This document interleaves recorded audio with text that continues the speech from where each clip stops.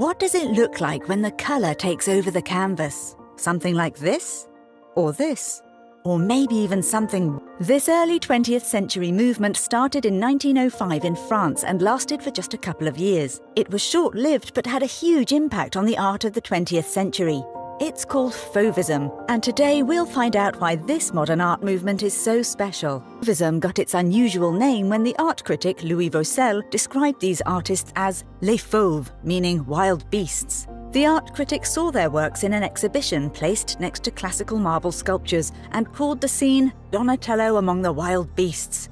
And despite the fact that it wasn't a compliment he was giving them, the label stuck, and today we know these artists as Fauvists. The best-known Fauvist art was created by three amazing artists: Henri Matisse, André Derain, and Maurice de Vlaminck.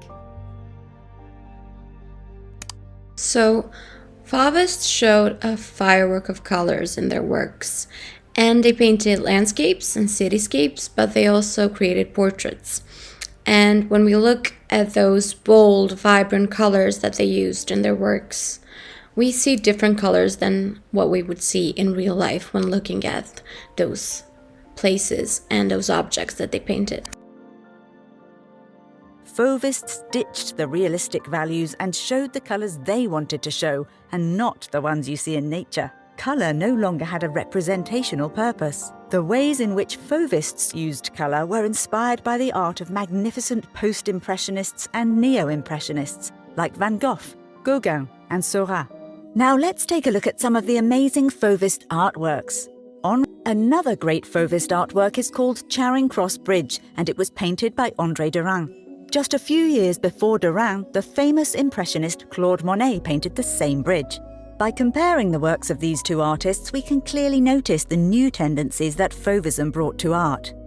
In Derain's work, the Parliament of London is painted green, the River Thames is shown yellow and blue, the sky is pink, and the shapes seem almost abstract, while Monet painted the scene in a typical impressionist way by focusing on the effects of light.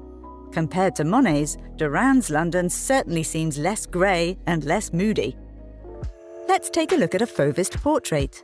Maurice de Vlaminck painted his fellow Fauve André Derain. We can see that this portrait doesn't look realistic at all. We see a close-up of Derain's face painted in red with hints of yellow and green. His head is outlined with bold, black brushstrokes. Derain didn't really look like this, but what we are presented with here is the artist's vision of his sitter. Fauvists represent a very important chapter in the history of modern art.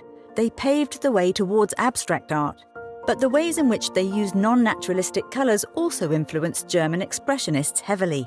They did many fascinating, colourful paintings that are often a pleasure to look at, especially on a grey, rainy day. Hey Muses, so what do you think about Fauvism? Who's your favourite Fauvist?